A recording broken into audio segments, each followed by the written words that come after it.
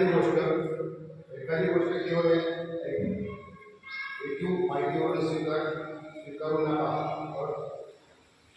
परंपरा आहे म्हणून स्वीकारू नका. कोणीतरी असे सांगितले आहे म्हणून स्वीकारू नका. एखादी गोष्ट पिढीकातून शास्त्रातून आली आहे एवढ्यावरून स्वीकारू नका. अनुभवाचा पाठिंबा असलेल्या किंवा तर्काच्या न्यायशास्त्राच्या आधारे स्वीकारू नका. बाह्य रूपाचा विचार करून स्वीकारू नका. अंदाज बांधण्याचा आनंद मिळतो म्हणून स्वीकारू नका. किंवा एखादी गोष्ट आपल्या मताला अनुकूल आहे म्हणून स्वीकारू नका. सांगणाऱ्याचे सुंदर रूप पाहून स्वीकारू नका. हा भ्रमणात्मक आहे. हा श्रमणात्मक आहे असा विचार करून स्वीकारू नका. तुम्ही जेव्हा स्वतः अनुभव घ्याल की या गोष्टी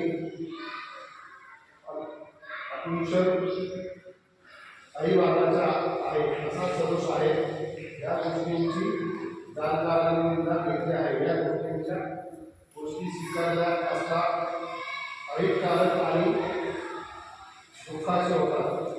जेव्हा तुम्ही त्या गोष्टींचा त्याग करा.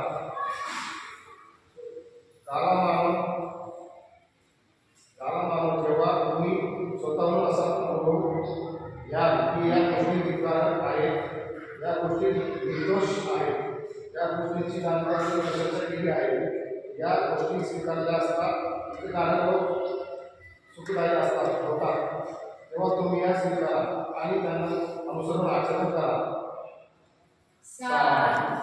साधू साधू.